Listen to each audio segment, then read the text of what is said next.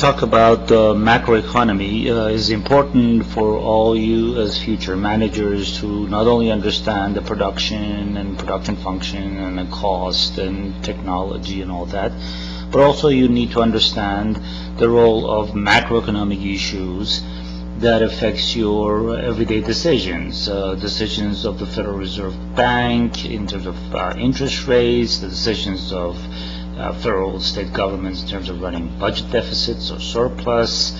All of those will have an impact on some of the factors and variables that the typical mid-level manager need to be concerned with in terms of expansion of operations, hiring, and you want to make sure that you hire people at the right time, not to hire them and then lay them off 3 weeks later because you screwed up in terms of your projects and plans of the future due to higher interest rates or changing exchange rate that hampers your exports or makes your import of raw materials and technology you need more difficult, etc.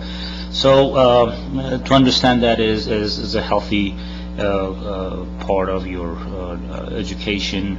And so let me just briefly, and this is going to circle around this aggregate demand, aggregate supply model. But to start off, let's say you have a model that describes an economy in a two simple good category, let's say consumer goods and investment goods. Meaning that you can take all the resources of an economy and sink it into the production of investment goods and you get this quantity, or you take all the resources and sink it into the production of consumer goods and you get this quantity, and then ideally a combination of the two, and this is reflected by this curve that is bowed or concave to the origin, and this is called production possibility frontier. And when you are on this curve anywhere, whether too close to the investment goods like where China is today, or somewhere in the middle where the US is, or some other countries where they are investing more heavily in consumption, countries, small countries in Europe where they are basically providing playground for the rich, and they essentially are not producing much except entertainment for wealthy individuals globally.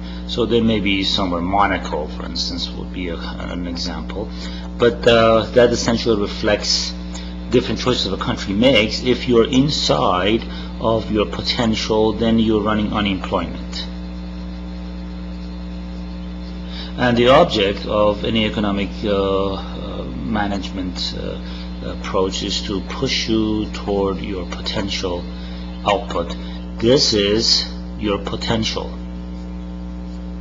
output, real output that a country can produce, and we want to strive for that. Now, this is just to show the concept. Now, to somehow get this into an operational level, we go to an idea called aggregate demand, aggregate supply model. Let's start with the aggregate demand model.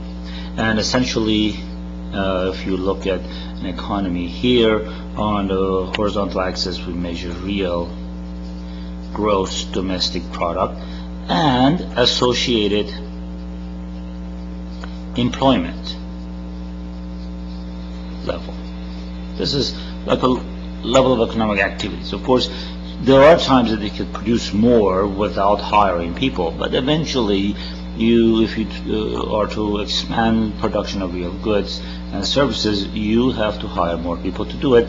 On this vertical axis we measure price level, not the price but the general prices of all goods and services, and the aggregate demand is downward sloping, which essentially states that at different price level, different levels of goods and services will be produced. If price level falls, there are reasons that more goods and services in an economy will be generated, and I will spell those in the following fashion. Essentially explanation as to why the aggregate demand curve is downward sloping. One is the real balances effect. Another one is interest rate effect, and finally is foreign trade effect.